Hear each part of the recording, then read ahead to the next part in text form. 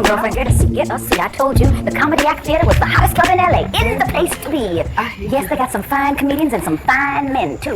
You know, they got this great MC by the name of Robin Harris. Yes, he's very good. He will talk about anybody, anytime, any place, anywhere, anyhow, for any reason. I heard the sucker was kind of cute. I think you need to have your hearing checked. Anyway, I hope one of these fine men offer to buy me a little drink. Just one. You got to stop begging, Tara.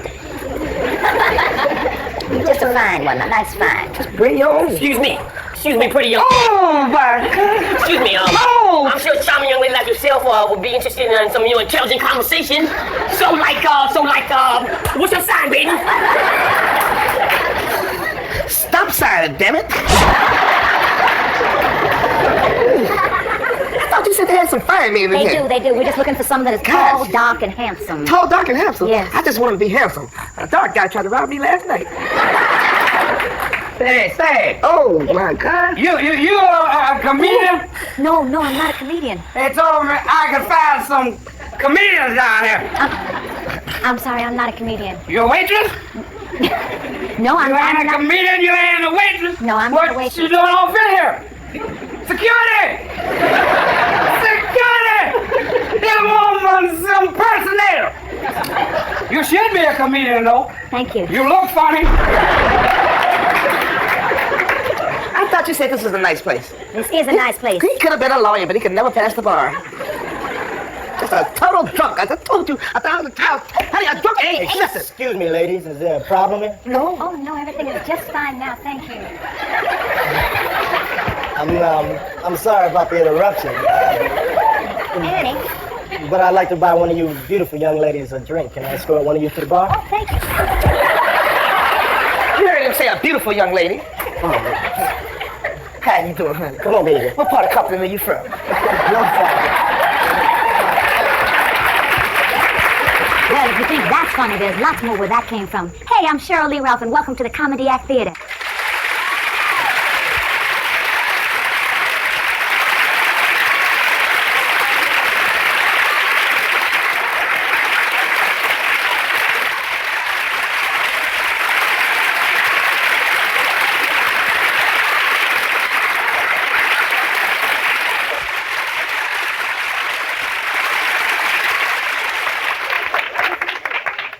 Hey there, bro. Get on that all that weight. Look like a sack of cocaine. Got on a bus driver watch. I know you know what time it is. It's time for you to stop driving. How y'all feeling? How you doing, bro? You on medication? Me too. Hey, leave that cocaine alone, boy. One thing you never know what it's cut with. Guy the other day gave me some cocaine cut with just in that foot powder. I snorted that stuff, got high, broke it in Kenny's shoes. Hopped on a Batarang and stole me a pair of Reebok. What's happening, Fernando? What's going on? I'm around some Negroes. Oh, yeah, boy. All right, look at women in here. How you doing, honey? Got her legs crossed like her stuff so good she got to hold it down. How you doing, baby? You sure look good. How you doing, buddy? You still ugly? Big old forehead. Don't need no umbrella. Why does it stay out your eyes? How you doing, baby? Let me see your hands. Cause I can't stand women with them damn press-on nails. I ain't gonna lie. I mean, I better not see a woman in here tonight with no damn press-on nails. I'm coming out in the hallway. I better not see a woman in here tonight. I ain't lying. Let me see your hands. Yeah, it better be yours. Let me see yours, bro. I better not find a woman in here. How you doing, brother? With a hole in your natural. What's going on? You must be a mechanic, huh? Good brother got on a tie like he got a job. He got a job looking for one. Been out of work so long, forgot what kind of work he out of. What's going on, man? Looking like Floyd Patterson. Ding, ding. What's going on, man? Playing in Little League? What you doing in here? Got a gold chain on. No damn well it ain't gold. Just been spray painted. Can you walk past a magnet?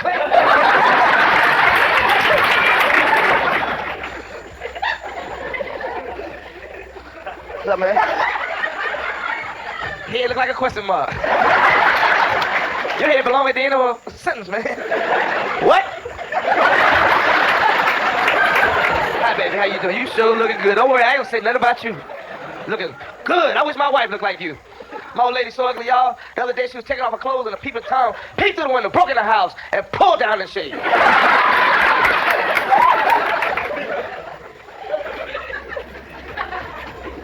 Something you got to say? Is that a wave, brother, or Murray's?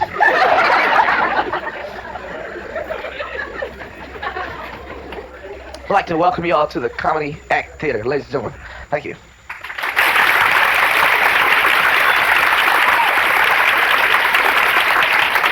In case you wonder who I am, I'm Robin Harris on the microphone. A place called Compton is my home. Actually, March '85, when I felt so disenchanted. I was a little depressed, and I decided I need, a pick-me-up, and I wanted to laugh. So I ended up going to the Comedy Store up on Sunset by myself. So when the first comic came on, he was a little boring. Then the next comedian came on. He was even worse.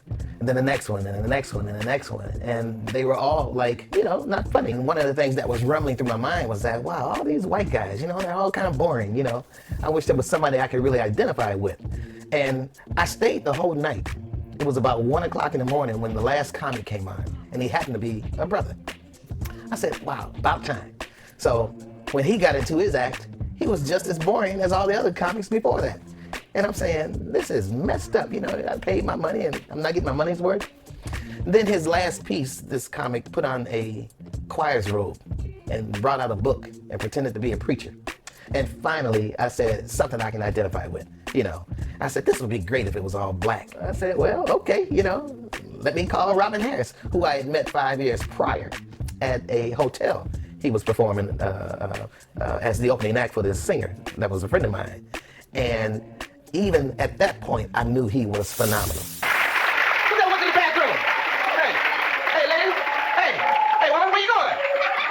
Got on that old Dracula dress. Don't get up and try to use the bathroom at the Comedy Act Theater when Robin Harris was on stage, because he was going to get you. He didn't care who you were. You could have been Farrakhan, you could have been Mike Tyson, you could have been Maxine Waters. Oh, boy. How you doing, waitress? Waitress sure look nervous around here, don't they? I'd be nervous, too, if I was stealing. Ain't nobody no change. How you doing, Zorro? That's right, hey, don't worry, honey, I carry a razor, too, shoot. A gun, a misfiring, but you ain't never heard of a razor miscutting at you. So I cut you long, deep, wide, and consecutively. Man, up here doing all them TV shows, boy. How you doing, bro? What's up, man? When you get out? Go on, sit down now. Mexican waiter. I met Robin Harris in San Diego doing this, we were doing this rooftop comedy thing. I was like 16 years old. And I had on these red boots. My neighborhood was Piru, so whatever. I had on these red boots, and I was supposed to go on. Because I was like one of them, it was a little black comedy room. It was, and I was like, the little thing in San Diego. And Robin, I know who he was, he was like the MC, and I was sitting down in the back. So Robin was like, who's that nigga with the red shoes? Look like he dipped his feet in some paint. That nigga fucked my night up because I laughed at that nigga. I can't even, when I got on stage, I was just so in awe of the nigga, because we were talking back and forth and bullshit. He was killing me. I was trying to kill him, he was killing me. He sat right up front. Robin Harris was up there killing everybody. And I'm sitting there like, man, how come won't nobody crack back on this dude? Because where I come from, I'm the king of crack. So I can't wait for Robin to mess with me. He wouldn't mess with me. But I didn't move. You know what I'm saying? He talked around people at the table, and I'm trying to look at him like, yeah, I wish he would say something to me. Wouldn't mess with me. So I got up and moved late. He was still going on, and then he hit me. Bap. I tried to say something back. He hit me with like 5 good shots. Bap, bap, bap, bap, bap. Whole place laughed at me. I felt this small. Man, he beat me down. I was trying to fight back, but the laughter was so loud they couldn't hear my rips. And I was like, did y'all hear what I said? Hey, man, sit down. My boy was like, sit down, man. You're embarrassing us, man. Everybody came to the Comedy Act Theater to see somebody get up and use the bathroom. Period. Please get up and use the bathroom. A female. Oh, it didn't matter who you were. If you gonna get up, I think it was a game. Oh, you gonna disrespect me up on stage? You need to wait till in between the comments to get up. But you got up while he was on stage, it was on and cracking. And you get up and he get that spotlight on you, and he'd be like, oh, where you going, carpet coat? He would just say anything. A chick come in, I remember he would say, oh, okay, here's a woman coming in and her hair is not in yet. Hey there, brother. Get your hand in your pocket, don't you? You know you ain't got no money. Huh? You could. When you made your gun, they didn't stop me. When you made his, they stopped. Like they didn't make mine. That's all. I got to do, but by the time you put it out, I'm gonna be on Broadway laughing at it.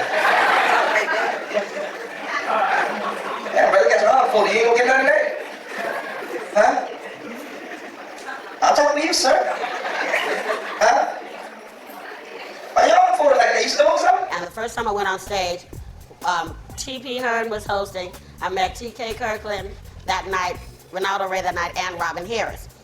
Now, Robin, as soon as I got off stage, told me, he said, you know, you're a funny bitch. You're a funny bitch. And I was like, well, thank you, I think, you know. And he gave me his card, and he wrote down the Comedy Act Theater address on the back. You need to go over and see Michael Williams at the Comedy Act. And I did do that. My very first memory of the Comedy Act Theater was walking through the back and seeing Robin Harris on stage and being mesmerized by how free he was. I remember one time he talked about Mike Tyson, or was it Robin Givens? He talked about one of them. It might have been Mike Tyson and Robin Givens, and they were in the audience. And I was like, oh no, how you gonna do the boxing champion of the world? He will beat you down. You know, Mike ain't. But now we know. Mike was probably coloring or something on the napkin. I don't think Mike really cared what he said. Now we know that at the time, he was feared. I want to see no Mexicans now. Toward my car. Hey, Kim, tell them in the car now, I'm in the front seat. Everybody named Fernando. I asked one in the back, I said, who gonna fix my car? He said, Fernando will. Fernando ain't fixed nothing. Gave me a second one, just told me to stand out by the freeway. It's a good-looking crowd out there, boy. It's easy to do a show when it's a good-looking crowd. Ugly folks, it's hard to do a show in front of them. Act like you don't know what they're doing. You don't know what they're enjoying. You know, what? You don't enjoy the show? That's why I know my wife ain't out there, because she's ugly. Well, you know she's ugly. Need 2 tickets when she goes to the zoo. One to get in, the other to get out. I took her to see the lab of hyenas was going out there. So my wife can stop laughing. I said, why y'all laughing now? That's serious. No, I don't see my wife out there tonight. I'm so glad. I don't see her out there. Shoot, I'm glad she ain't out there. I hate my wife, y'all. People ask me why my wedding ring on the wrong finger, because I married the wrong woman. You're always talking about your wife. Oh, you better be glad to have a wife. Who is that? It's me. You're always talking about some woman. That's that woman with that Neiman Marcus behind her. Looks good, but ain't what the damn. How would you know? You ain't never been in no Neiman Marcus. Them cheap clothes you get on, that suit was white when you first got it. See, that's why, hey, fellas, what y'all laughing at? See, these damn women just gonna take over. You don't know how we gonna take over. Don't Men always talking stuff. Ain't that right, ladies? You don't want to talking crazy all the time. Nobody scared of no woman. That racist girlfriend. You better be lucky. You don't even know that woman. Look at her. Look at this. Look at this. And you got on them press-on nails too, ain't you? Press on you. Better leave us alone. Look at this woman. This is the reason I believe in abortion. This women can't stand women. So what you gonna do about it? They're always talking about women, ugly women in particular, like it ain't no ugly men out there. Right. Look around. Women. Look around, ladies. There's some ugly men out here in the world. Wait, ho. You know you're Wait, I'd rather be an ugly man than an ugly woman. I'm glad you feel that way, Robin. There's some ugly women out there. I ain't gonna lie. I ain't gonna point them out. I will. I point some people out. We talking about some ugly men. The ugly men that be out there. Now you know how you be out in the club. You done got all shot. Don't the ugly man come up to you first? Ain't that right, lady? Come on to an ugly woman. Ain't that right, lady? You know the one I'm talking about. Got them big old eyes. Eyes so big, take them all day just to blink. Got them lips. You know the one I'm talking about. Now you know not everybody, but some got them lips look like some yams. Every time you see it, you get a taste of some sweet potato pie. You shouldn't go to Compton when you go out. I'm just not gonna stand up here and let you talk about Sit down and I'll talk about ugly you. men. Cause you women, y'all something else too. You and your bad kids you got. Can't even get none. But it's bad kids. Go to a woman's house, 2 o'clock in the morning, little kids still up. Drinking coffee and taking noodles. Look at you talking about, hey, huh? That's because we got him at home. We the one taking care of him because y'all be lying all the time. Don't men lie? Can I get an amen, lady? Women lie. Yes, Women men lie. be lying. You go over to a man's house talking about he live in some big estate. He tell you that up in the club. Go over to his house be so tiny you can heat it with a blow dryer. Hey, women, don't laugh at that. Don't you laugh with that hat on your head. Got on a looking so hat. Y'all got a lot of nerve to laugh with them damn wigs you wear. I went out one night, man, this is the truth. Went to a club and a lady was out there dancing, had long, pretty hair.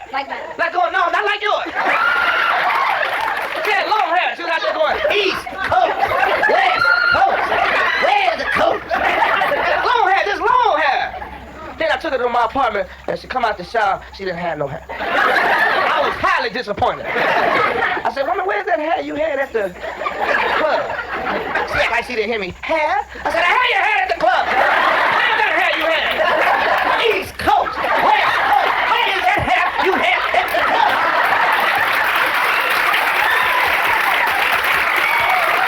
She said, I'm on the dresser next to my teeth. That still ain't got nothing to do with it, cause y'all always start in trouble, even when they old. You know them old, I got a sister right here know what I'm talking about. Them old men come up and say, you know the ones about old. Oh, honey. Older than they parents. So old, they tiptoe past a funeral parlor old. Always got some line, cause well, yeah, baby. Sweet young things I love to impress. More women got my card than American Express. I'd make love to you till your knees start to knock. That's why they call me the Sweet Daddy Rock. The only thing an old man can rock is a chair. At least you know when you go over to a young man's house, he gonna put on an album. Go over to an old man's house, he gonna put on a 45. And they go to your house, they gonna try to cut on the lights. This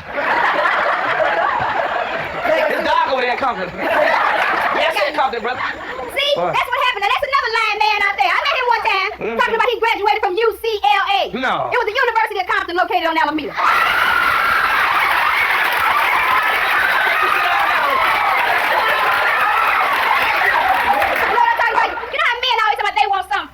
Young woman, some fine young thing, but they don't think that we want somebody fine. You know what I'm talking about. They always gain a whole lot of weight after a while. Had that big old belly. You know what I'm talking about? We talking about, yeah, baby. Just put your arms around this here. This is your playground. It ain't a woman in here tonight that need that much recess. And I'll see you next week. I'll get you next time, next week. Me and you. I won't be here next week. Good.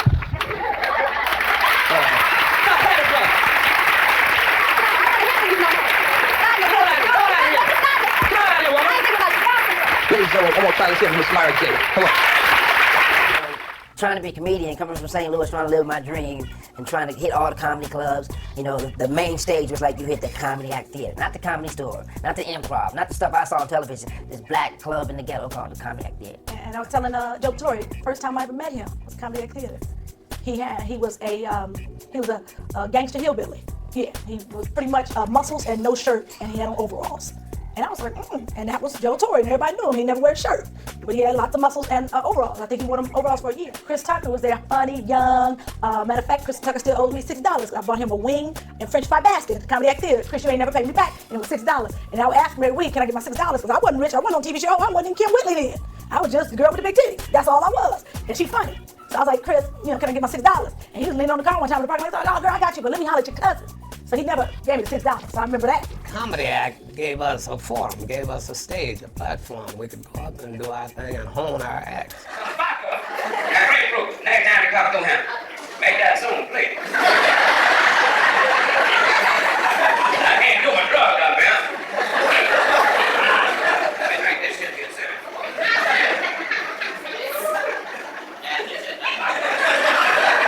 Now I know why the rest of the want to blow a nigga up. I wake up every morning doing this. Let's keep those hands together, ladies and gentlemen. Bring on this young man. The last time I saw him perform, he got a standing ovation. Yeah. Wasn't no chairs in the place. Let's give a big round of applause, ladies and gentlemen, for Mr. Louis Dix.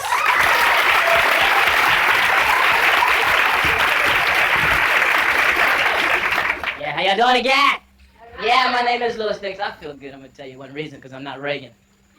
But now y'all gotta give Reagan credit. Now Reagan was smart. When he got in trouble, me, I forgot. And I was thinking, now he got away with that.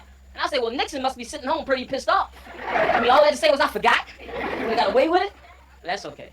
Every man in there got an overweight woman that you go see about 2 or 3 in the morning. Don't go, you know your things don't work out at the nightclub. You right there. It's me, baby. It's me. Open up, baby. Open up.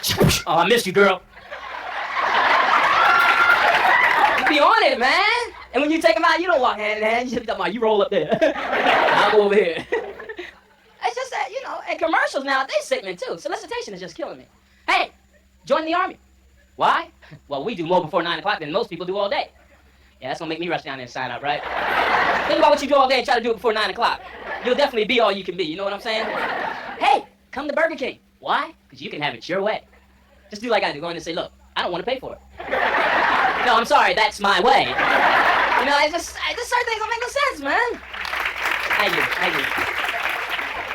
Now, I know some of you ladies looking at me wondering what I do when I'm not doing comedy. I'll be honest. Unlike most guys, I work at McDonald's. And I am not ashamed. Because, fellas, that's how I get my overweight women. They come in bunches, just give them extra apple pie, man. They'll be back. No, baby, that's pie for you. Go ahead, baby, that's for you. Go ahead, that's for you. She'll be back next day. You gave her a pie yesterday. Can I have one? I want cherry. But I work at McDonald's in Agora, California. That's a white neighborhood. Now, I don't know how many you go in white neighborhood McDonald's. It's just like the commercial, isn't it? You go in and they, oh, business. Hi, welcome to McDonald's. May we take your order, please? Yeah, man, give me a Big Mac, large fry, and a Coke. Would you care if I had apple pie? Did I ask for one? Now I know how much money I got in my pocket. They just give me what I asked for. Okay, Big Mac, large fry, and large Coke. $4.45. Thank you very much. Come back again, please. Nah. But you go in the one like on Crenshaw Boulevard or black neighborhoods? It's not like the commercials, man. You go in there, it's like,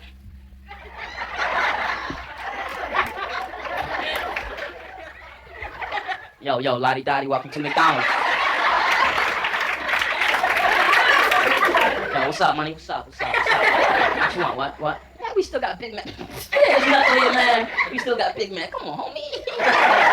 McDonald's. What you want? You want Big Mac? Hold up. Word. Big Mac. Oh,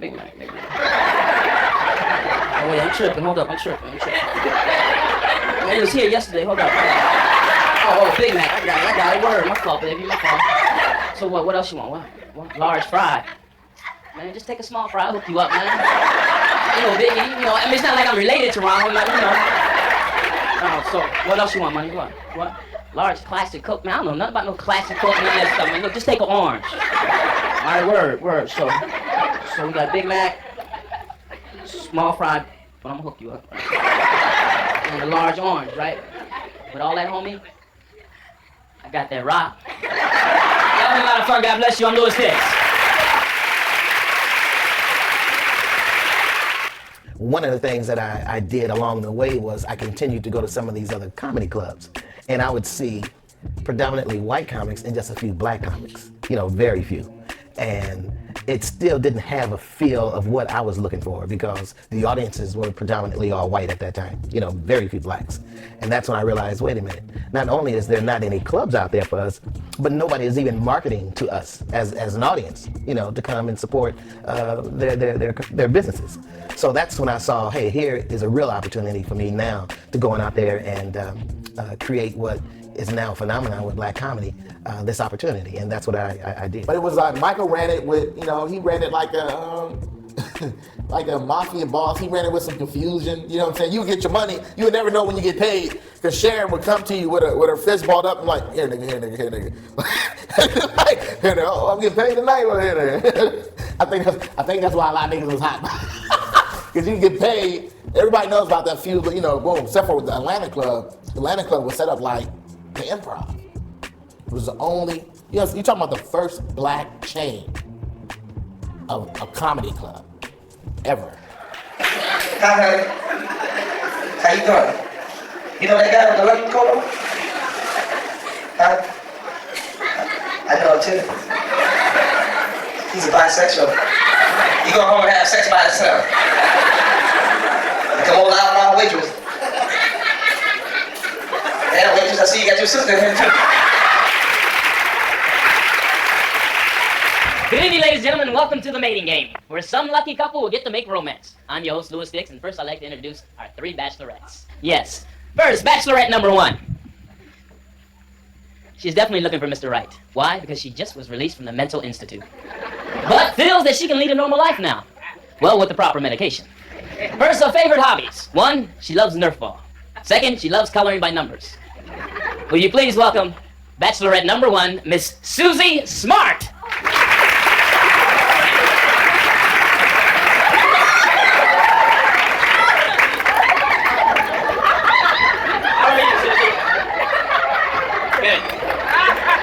And bachelorette number 2 says she has never met a rich man she didn't like. She's a dancer, she's a chef, and an actress, and a part-time shoe saleswoman. She would one day like to own her own Brinks service. Will you please put your hands together for bachelorette number 2, Miss Honey Be Good.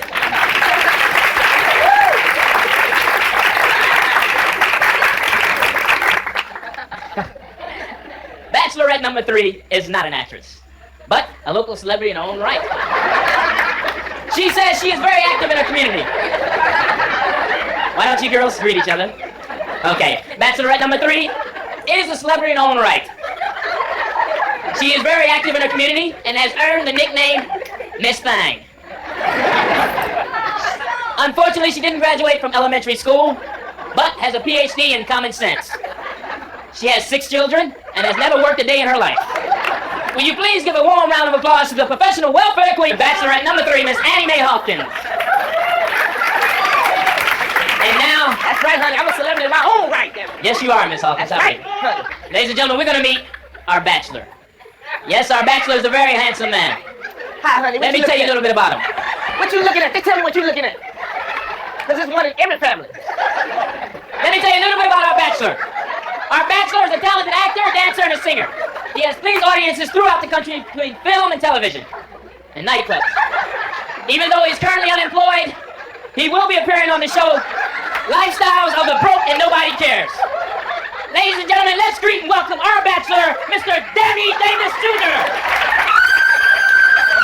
Hello, babe. How are you? Fine, Danny. Glad to have you here. You're beautiful, I swear. Well, Danny, we have 3 lovely young ladies for you. It's gonna be a tough choice, but would you like to just get along with this, huh, Danny? Okay, babe. Here we go.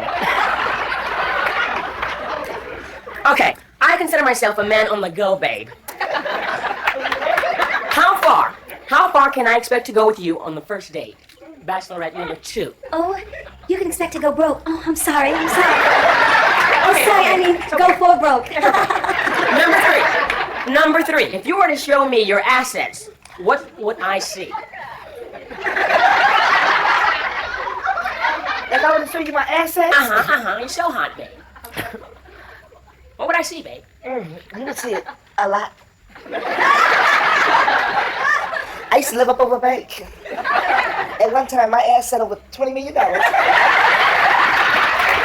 car is often an extension of ourselves. What type of automobile do you drive? Number 1.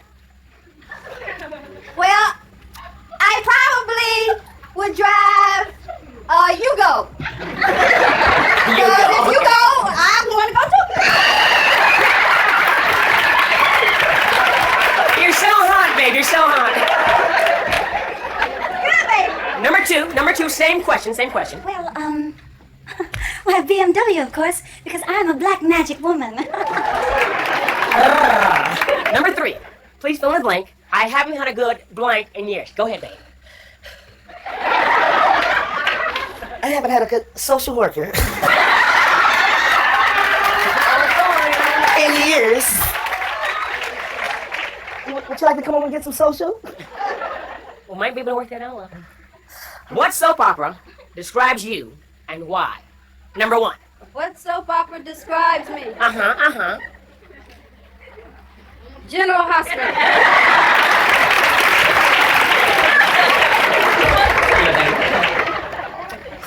Bachelorette number 2. Look at number 3.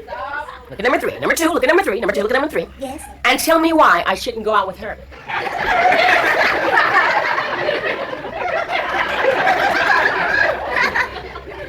Number 2? Because she looks like a neck bone in drag. Oh my God. You better get your hands off. Get your hands off Is that me. about it? What? I think, wait a minute, I think that's, whoop, that's it. Well, Danny, You're so hot, man. Thank you.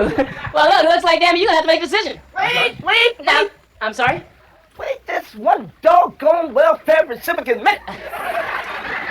You didn't ask me them questions you asked them. You didn't ask me how they look. But Bachelorette number 3, Now, come on now. Look at these 2 bros. I think You don't want to go out with this one, damn, whatever your name is. This one got her clothes on backwards. She don't know if she's coming. I'll go. And number 2, her head look like a rusty Brillo penny. You know if she's gonna be good to you or what? But you know I'm gonna be good to you. I'm an independent woman, huh? I don't need nobody. I get my own check every first check. I get my check cash. And Nick check cash. First in line everywhere. I get free cheese. You do like macaroni and cheese, don't you? Huh?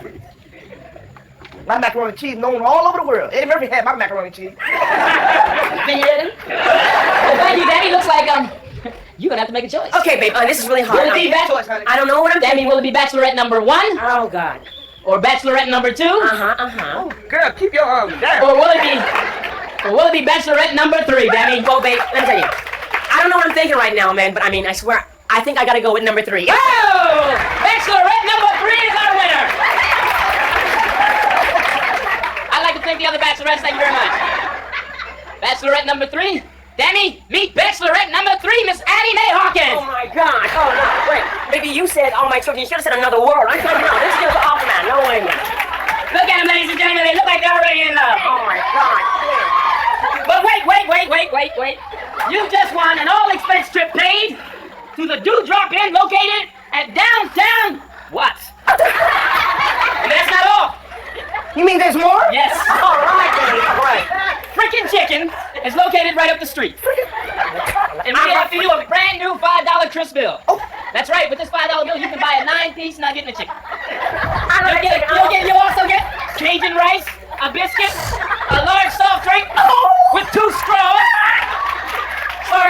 Sorry, no fries. But wait, there's more.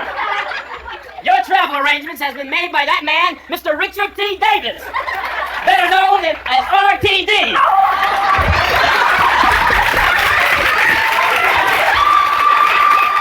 Ladies and gentlemen, that's what the mating game's all about. Let's give the fans a big kiss. Come on.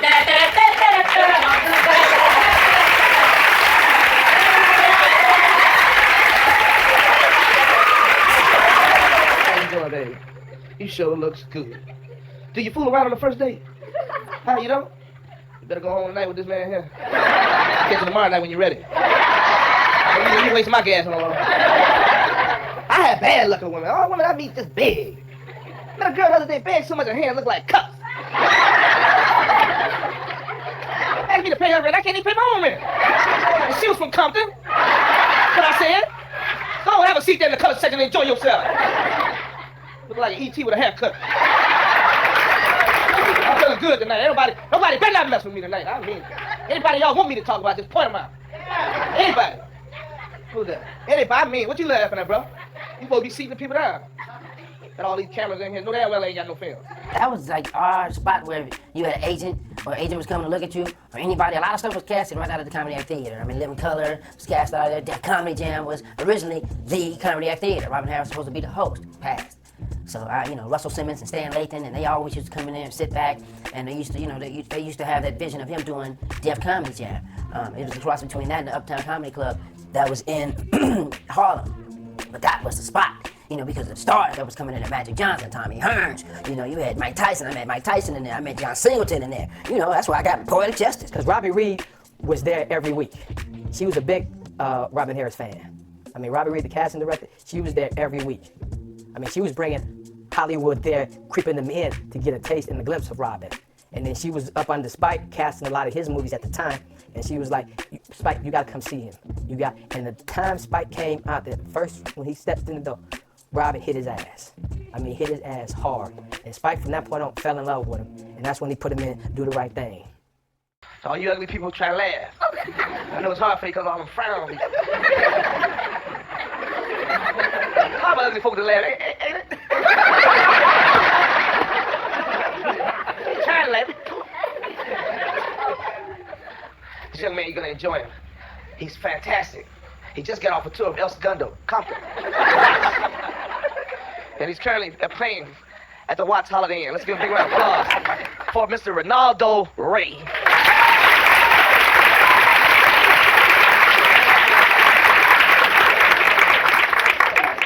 Good evening. Good to be here. I just got back from a tour. I'm kind of tired. I did the southern United States. It was rough. Went through Little Rock. Got a lesson in re-assimilation. I know a bunch of big words. Elephant, damn it. Re-assimilation, that's where people act like each other. Blacks act white. Whites act black. Mexicans just act up, period.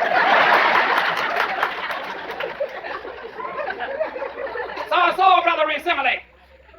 Jumped off one of them Ozark mountain peaks with a kite. Talking about his hang glide. That caught me off guard because black folk don't don't usually do nothing, got nothing to do, no hanging.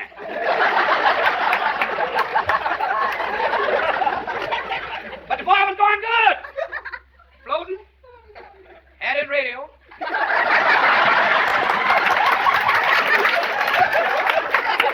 Couple of hillbillies out there in the woods hunting coon.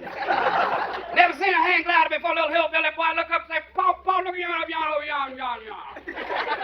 Old man said, God damn, Junior. Pow, pow, pow. Shoots about 20 holes in the glider go. So brother lets the glider go, jumps on a clump of trees, glider hits the side of the mountain. Hillbilly boy look at it, Daddy, he said, Paul, what kind of bird was that? Old man said, I don't know what kind of bird it was, Junior. But I sure made it turn that colored boy loose. Then I dropped through Louisiana. Do we have any Louisiana women in here tonight? Any lady from Louisiana here? Any more? Over here? Over here? Ladies from...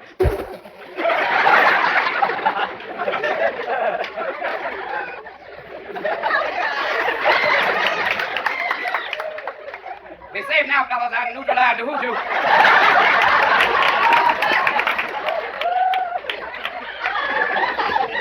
All Louisiana women know that hoodoo. Mama told her. Generation after generation. That's why I ain't a lonely woman in Louisiana. All of them got men that put that hoodoo on the men. Even ugly women in Louisiana got handsome men. Handsome men walking around Louisiana in a daze. Talking about, why do I love this ugly bro?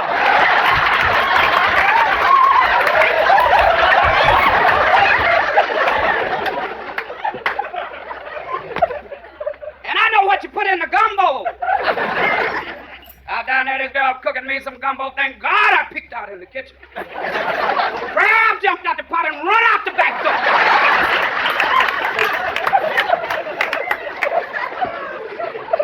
She come bringing me a bowl of that gumbo, talking about, here, Daddy. I said, no, Mama, take it back. I ain't eating nothing that a crab can't hang with.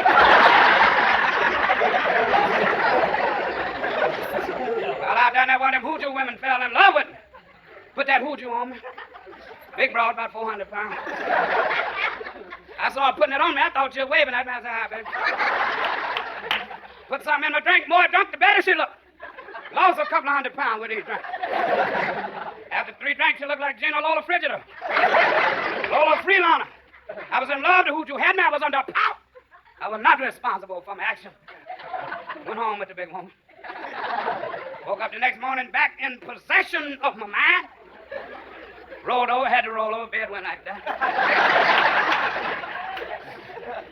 Rolled over, turned over, there I was face to face with this big, burly, bulbous-chested, high yellow Creole gumbo eating heifer.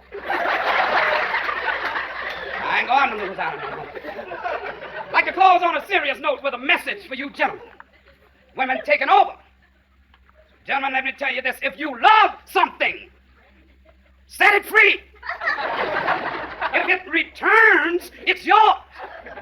If it does not return, hunt it down and kill it. He used to come through my shows, and we became tight.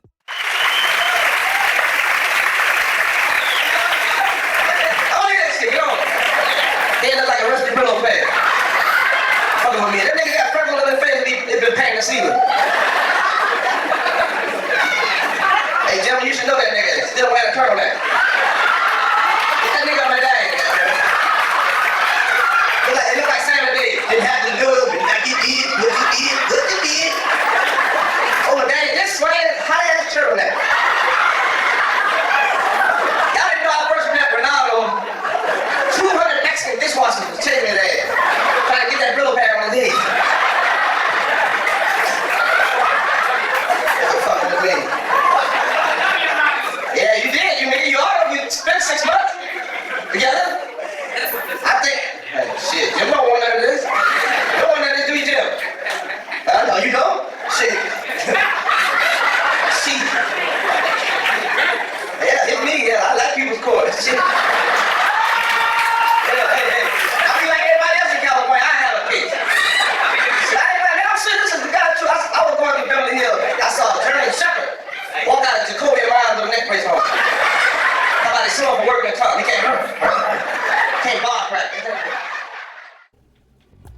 I think when I heard that Robin passed, I was in shock. Well, one thing is, he was just on the edge. And you say, how unfair, because he was just getting something I wanted. So you want, go get it, please get it. So we're watching, for a lot of us, we're watching Robin go get something that we don't have yet. So for him not to get it, it kind of, I'll say it kind of messed up our dreams. Robin was definitely on his way to being a superstar. Comedy Theater was like the melting pot for young black comedians. The West Coast Apollo, the West Coast Uptown, those clubs in New York where they have clubs, or your club where you got it, but the Comedy Act Theater was like the avenue if you wanted to be a star. It was like the Apollo. Hey, yo, brother. What's up? Hey, John. Talking no shit, but look like 4 pounds by the head. Ladies and gentlemen, I'd like to say that you all tonight have been a beautiful audience. If I offended anybody in the audience tonight, you understand this is a comedy and I don't give a fuck. No, but seriously, y'all been a beautiful audience. God bless you all. Thank you for coming. Big show tomorrow night. State of Present Violence. Come on down. Thank you. And God bless you all.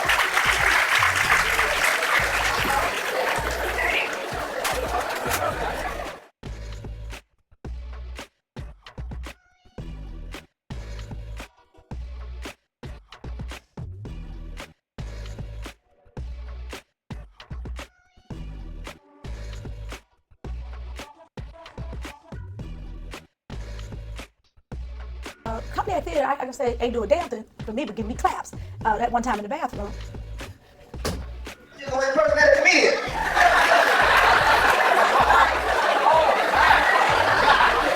Shut up. Y'all impersonate the audience and laugh.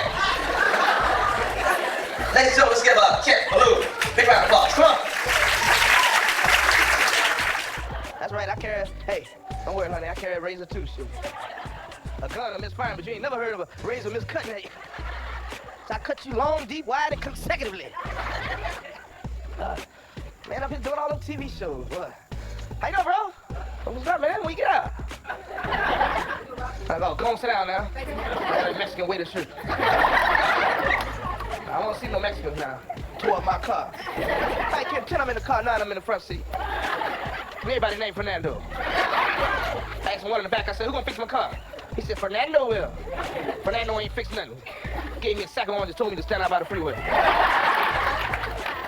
It's a good-looking crowd out there, boy. It's easy to do a show when it's a good-looking crowd. Ugly folks, it's hard to do a show in front of. Some of the celebrities we used to have come into the club range from, a lot of the Lakers, big-time actors, actresses. And there's one particular night we had Jim Brown. And Jim Brown had recently been in a little trouble with a domestic abuse situation with his girlfriend. And this night that he actually came with that particular girlfriend.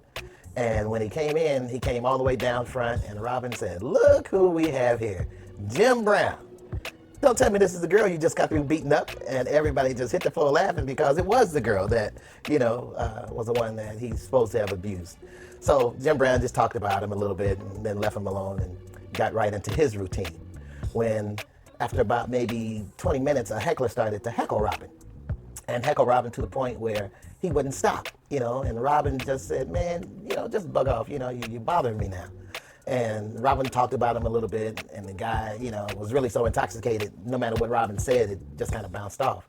So Robin ended up saying, you are just an ass. I'm gonna go to the other side of the stage and just leave you alone so I can go ahead and do my show.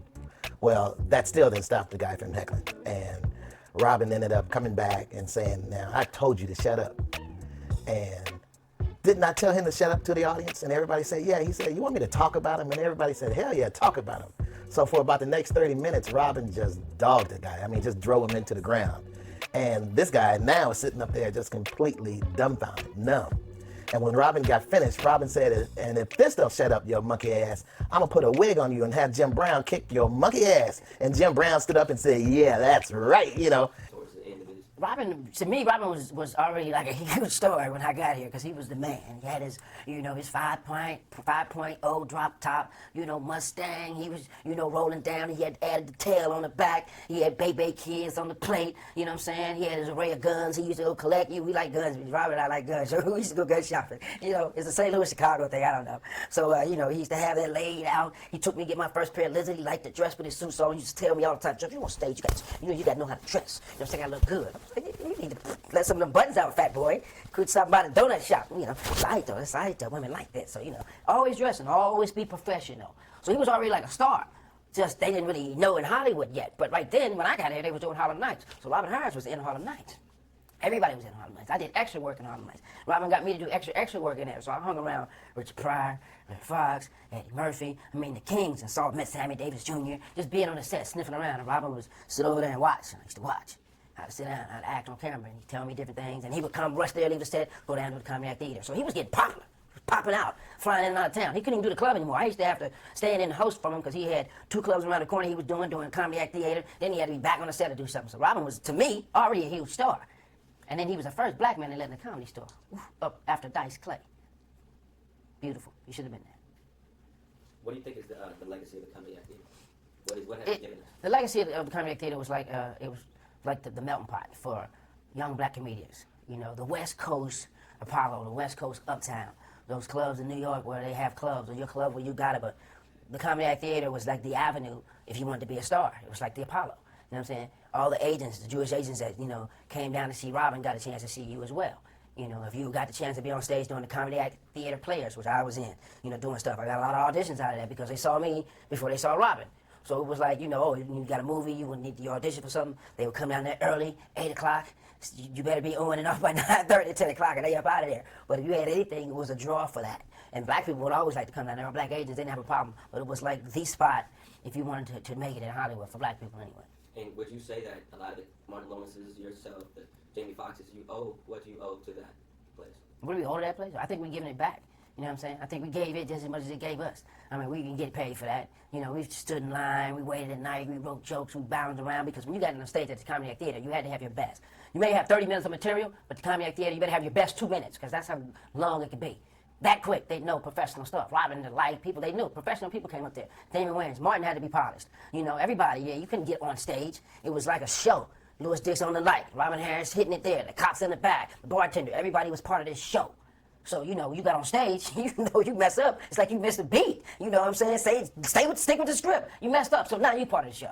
So you didn't get up there playing. You can rock anywhere else. Out the country, New York, whoever you are, but you come to the Comedy Act, pay your A game. That's what it was about. I mean, it was an A-place spot.